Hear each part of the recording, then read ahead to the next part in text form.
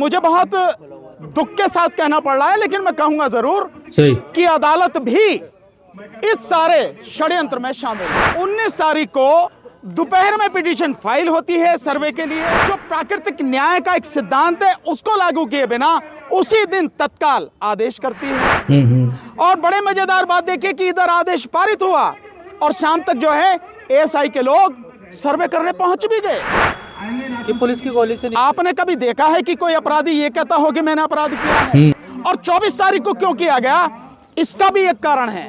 24 तारीख को इसलिए किया गया कि 23 तारीख को बेईमानी से जो बीजेपी जीत कर आई है चुनाव में, विशेषकर अगर उत्तर प्रदेश में कहूं तो 9 जो उपचुनाव में सीटें थी उन पर में 7 सीटों पर जिस तरह से जीत के आई है, ऐसी गुंडागर्दी आपने पहले कभी नहीं देखी होगी।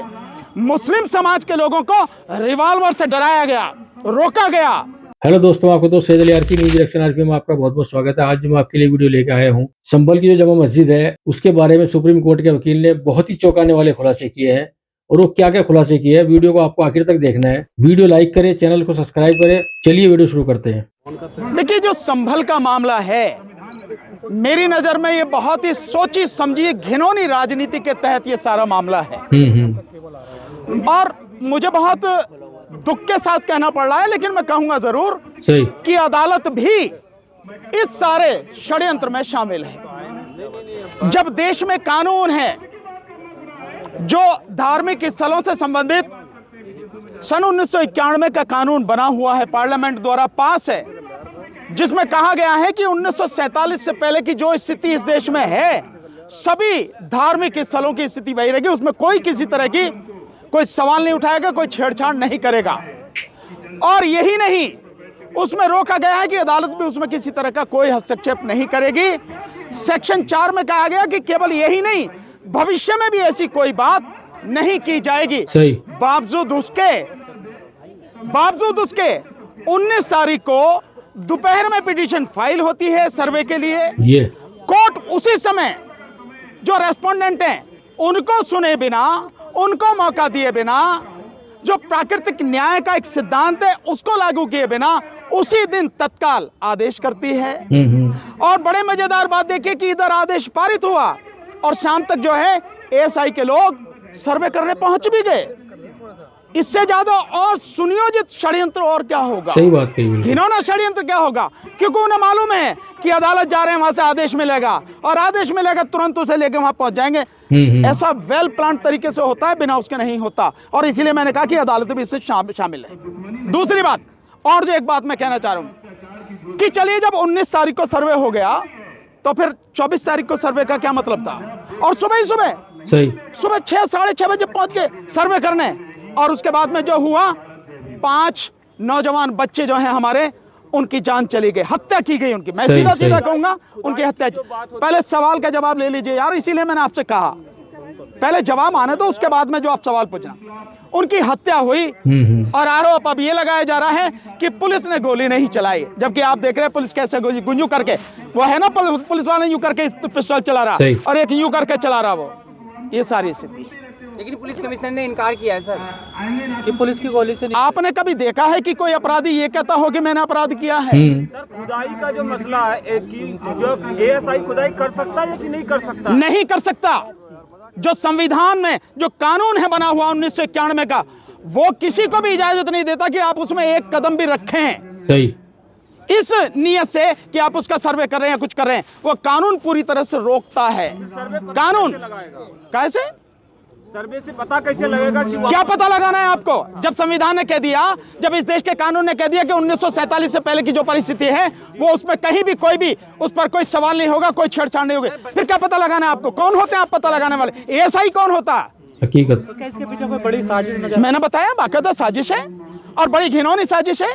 और अगर ये साजिश नहीं होती तो पिटीशन पड़ा, विपक्षी को मौका दिए बिना आदेश हो गए और आदेश तुरंत लागू हो गया। यहाँ सालों साल आदेश पड़े रहते हैं, धूल चाटते रहते हैं, मिट्टी लग जाती है उन पे, अधिकारी कभी गौर ही नहीं करते। और यहाँ तो पहले से तैयार बैठने, सांझ को ही पहुंच गए वहां। और क्या चाहिए? षड्यंत्र कैसे होता, मिली भगत कैसे होती है, ये सब कुछ सामने है। और 24 तारीख को क्यों किया गया, इसका भी एक कारण है।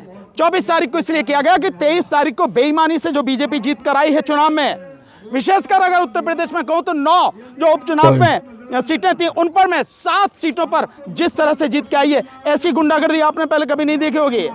मुस्लिम समाज के लोगों को रिवॉल्वर से डराया गया, रोका गया। कुंदरकी में जाटव समाज के लोगों को, यादव समाज के लोगों को, मुस्लिम समाज के लोगों को वोट डालने से रोका गया। ऐसी गुंडागर्दी आपने देखी कभी? इलेक्शन कमीशन क्या था? कहां था वो? कौन से बिल में घुसा हुआ था? कौन सी रिश्वत लेके चुप बैठा था? कौन सी वफादारी निभा रहा था? जब उसकी जिम्मेदारी है देश के संविधान को बचाने की, जब उसकी जिम्मेदारी है कि निष्पक्ष चुनाव हो, स्वतंत्र और पारदर्शी चुनाव हो, क्या कर रहा था वो? इसलिए ये सब कुछ सोचे समझे साजिश के तहत हो रहा। कहा जा रहा है पुलिस की तरफ से संभल का क्या ऐसा भी आरोप? यार इन्हें तो पूछ लें दो, आपने पूछ लिया। सर कहा जा रहा है पुलिस की तरफ से कि पत्थरबाजी की गई थी, उसको कंट्रोल करना। आप बहुत सिंपल सी बात है कि जो पत्थरबाजी का आप आरोप लगा रहे हैं, मैं मानता हूं कि पत्थरबाजी हुई है, पर शुरुआत किसने की है? वो क्यों शुरुआत हुई है? पत्थरबाजी की क्यों शुरुआत हुई है? आप जाओगे और एक धार्मिक स्थल में कानून को जो है धता बताते हुए, पैरों तले कुचलते हुए आप बिल्कुल गैर कानूनी, गैर संवैधानिक काम करोगे, और उसके बाद जो आपसे पूछा जा रहा है आप उसका जवाब नहीं दोगे। लोग इकट्ठे हो जाने तो उन्हें हटाने के लिए आप गोली चलाने, और लोग पत्थर चलाने तो आप कह रहे हैं पत्थरबाजी। गोली क्यों चलाई गई भाई? पत्थरबाजी से पहले आप इसका जवाब दो कि गोली क्यों चलाई गई। पुलिस अगर गोली चलाती है तो गोली उसी स्थिति में चलाती है जब देखे कि अब काबू में नहीं हो सकते। उससे पहले लाठी चार्ज होता है, उससे पहले चेतावनी दी जाती है, और गोली भी चलाई जाती है तो घुटनों से नीचे मारी जाती है ताकि जो है डर के भाग जाए या वो चलने के काबिल ना। ये एक तरीका होता है। आप सीधे सीधे, यार पहले जवाब तो सुन लो, सीधा सीधा आप गोली चला रहे हो और आप कह रहे हो कि मतलब पत्थरबाजी हुई है। क्या वो जो लोग हैं दिमाग खराब है उनका?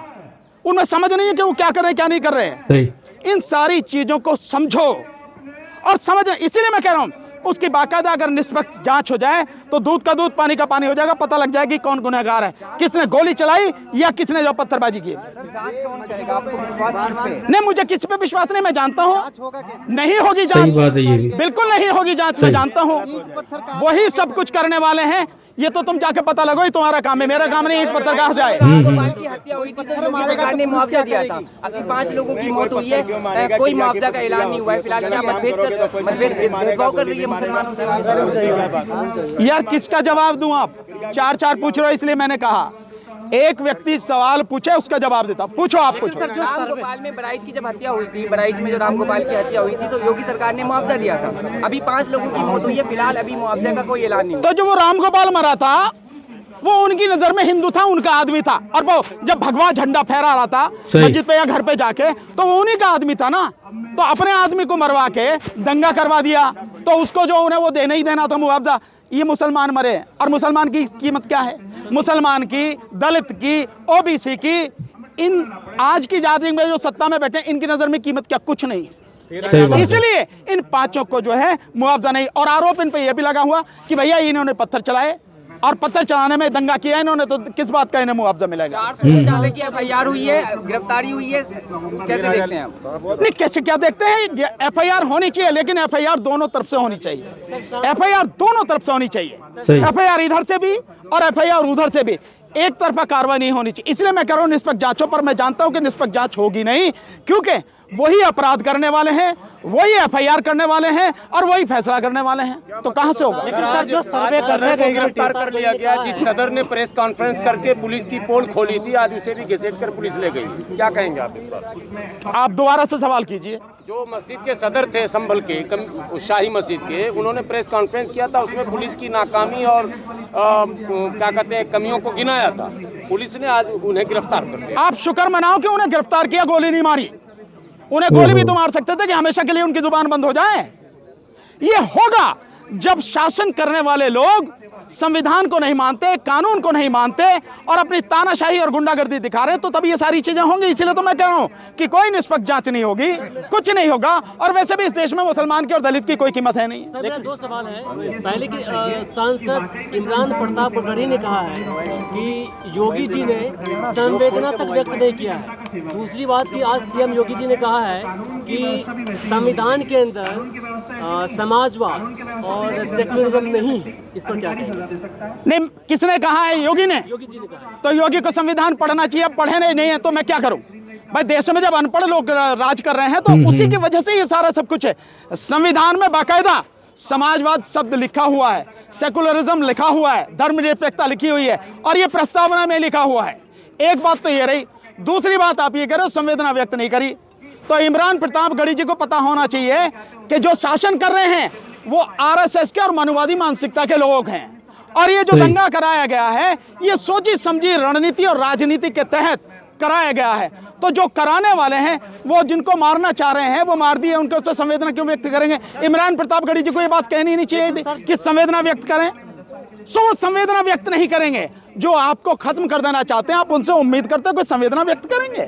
लेकिन सर जो सर्वे यार एक मिनट, जो सर्वे करने गई टीम, उनके साथ जो लोग थे भड़काऊ नारे लगा रहे थे, वो कौन लोग थे सर? मुझे क्या पता भाई, मैंने देखे नहीं, आप पता लगाओ, आप पत्रकार लोग हैं। क्यों कौन थे भाई? अगर वो लगा रहे हैं तो स्वाभाविक है वो टीम का हिस्सा है उनकी, वो उसी टीम का हिस्सा है जिस टीम ने इस सर्वे के लिए एप्लीकेशन लगाई, जिस टीम ने ये आदेश करवाया और जिस टीम ने ये सारी टीम लेके वहां गए। और वो जय श्री राम के जो नारे लगा रहे हैं, एएसआई वालों को तत्काल मुअत्तल कर देना चाहिए। किसी भी सरकारी अधिकारी कर्मचारी को किसी धर्म विशेष की बात करना और जब वो ड्यूटी पर हो तब बिल्कुल भी ठीक नहीं, गलत है। धर्म आपका व्यक्तिगत है, फिर घर में जो चाहो नारे लगाओ। आप सार्वजनिक रूप से उस समय नहीं, जिस समय जो है आप ड्यूटी पर हो, नहीं कर सकते। उनको तत्काल मुअत्तल किया जाना चाहिए, उनकी नौकरी खत्म की जानी चाहिए। कुछ नहीं मंदिर निकल रहे हैं, उसके बारे में क्या कहेंगे? बहुत सारे मंदिरों में बुद्ध की मूर्ति है, उसके बारे में ये जैसे ही बीजेपी की सरकार केंद्र से और राज्यों से जाएगी, ये सब मंदिरों में जो मस्जिदों में मंदिर निकल रहे हैं ये सब बंद हो जाएंगे। ये तभी तक है जब तक सरकार है। हजारों मंदिरों में बुद्ध की मूर्ति निकल रही है। एएसआई डिपार्टमेंट क्या करता है?